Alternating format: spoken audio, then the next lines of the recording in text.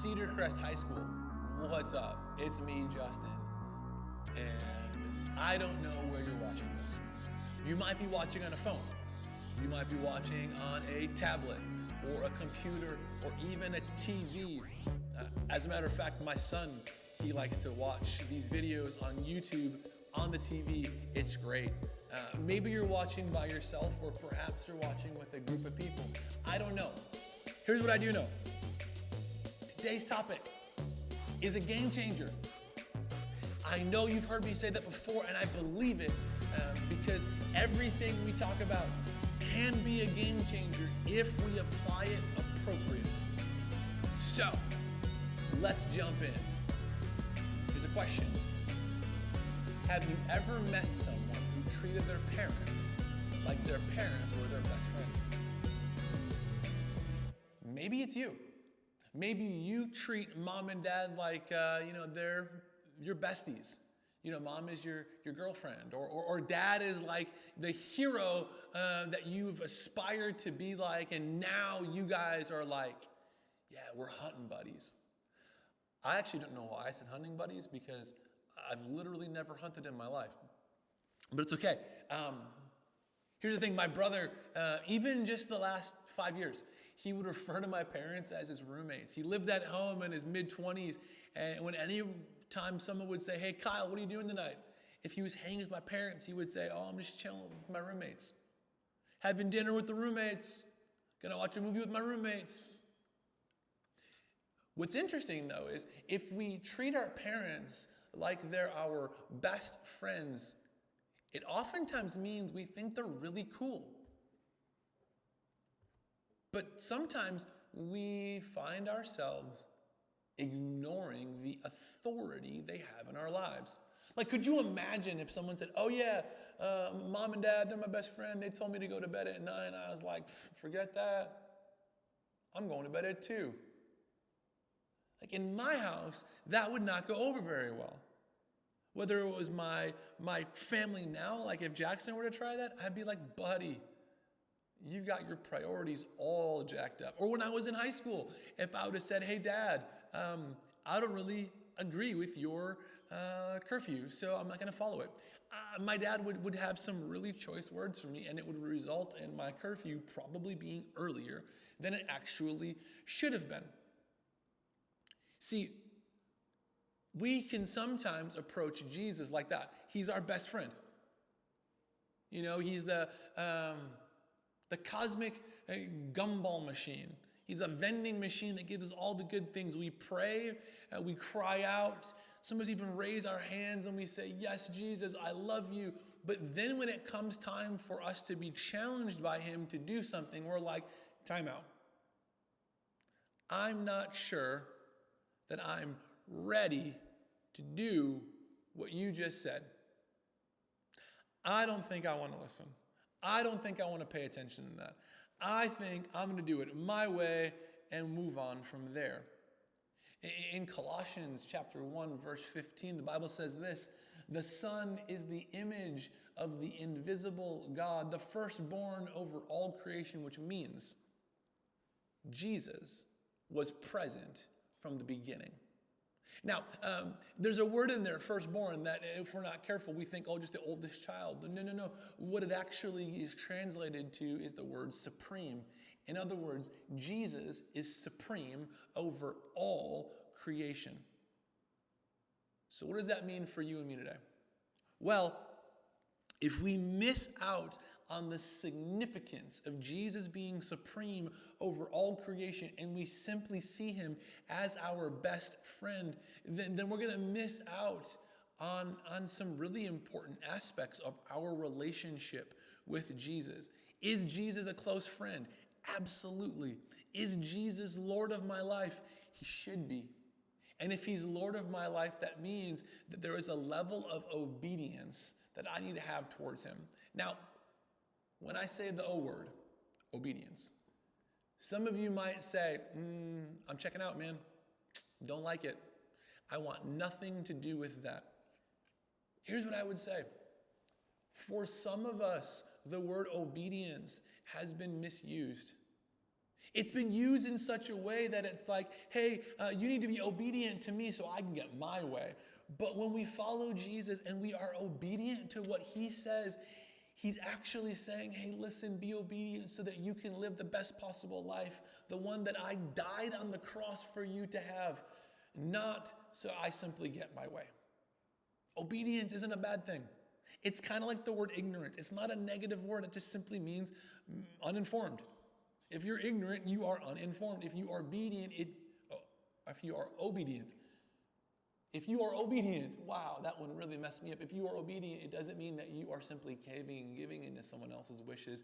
It actually means that maybe you're following their example because they understand something about what is best for you that you don't understand for yourself.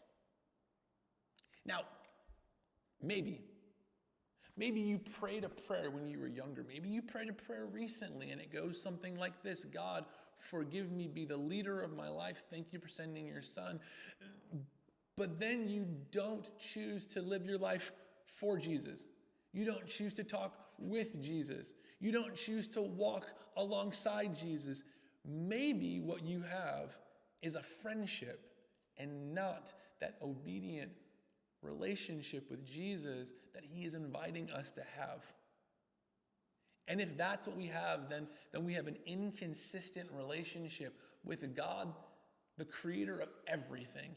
And I don't know about you, but I don't seem to like inconsistent relationships. Like relationships where they're there sometimes and not others, where they leave me on red sometimes and not others, where they show up sometimes and not others. Inconsistency is trash. So why would we want to be inconsistent with the creator of everything? So, what do we do from here?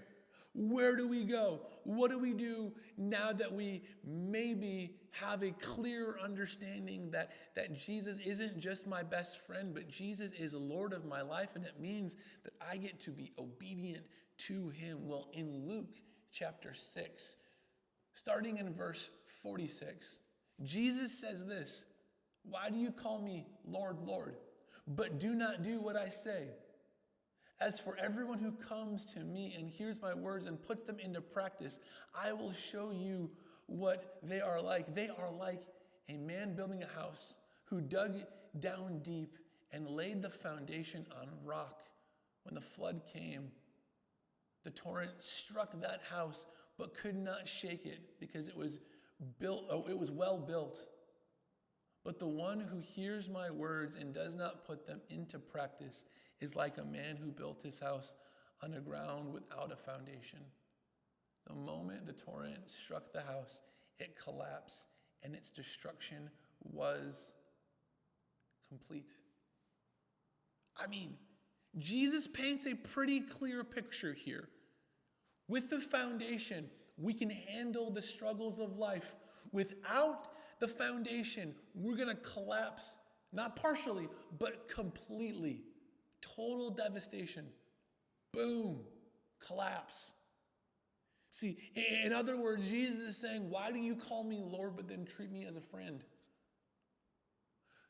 Wow.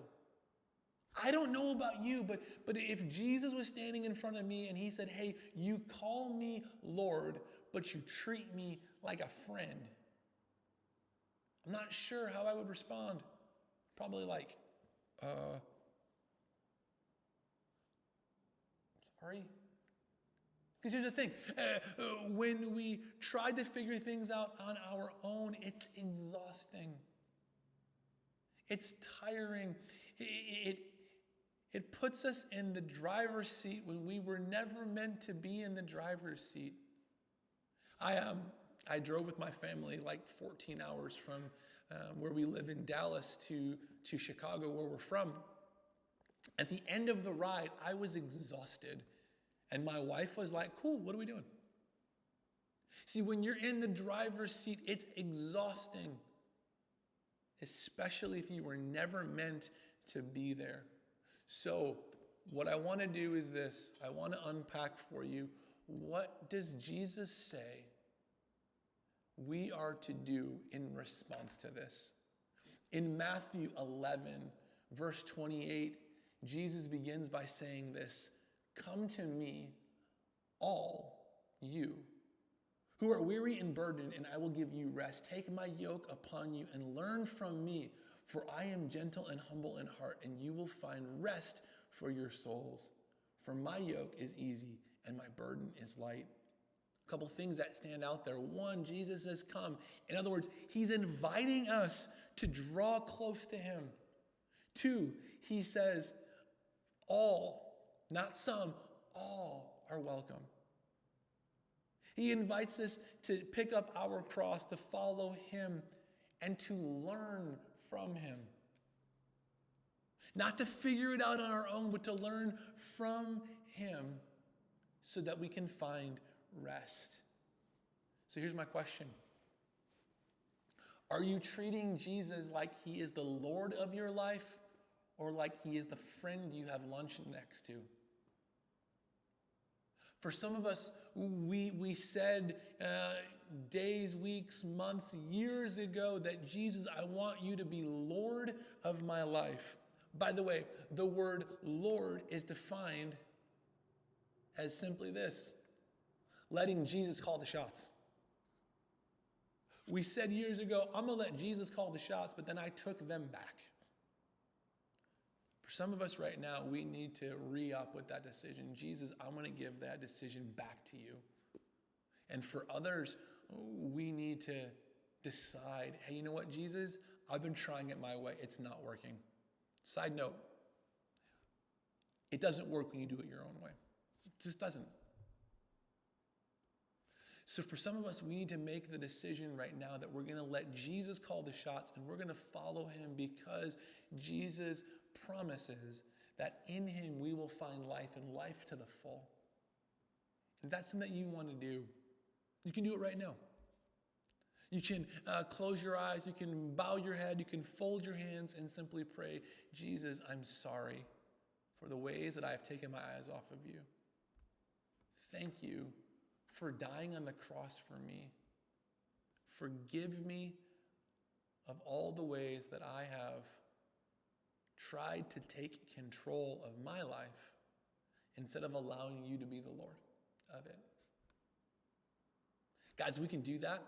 Honestly, I know from experience, we are going to see a change in the way that we interact with our friends, our families, our teammates, our coaches, the leaders in our life, the people that we don't even like.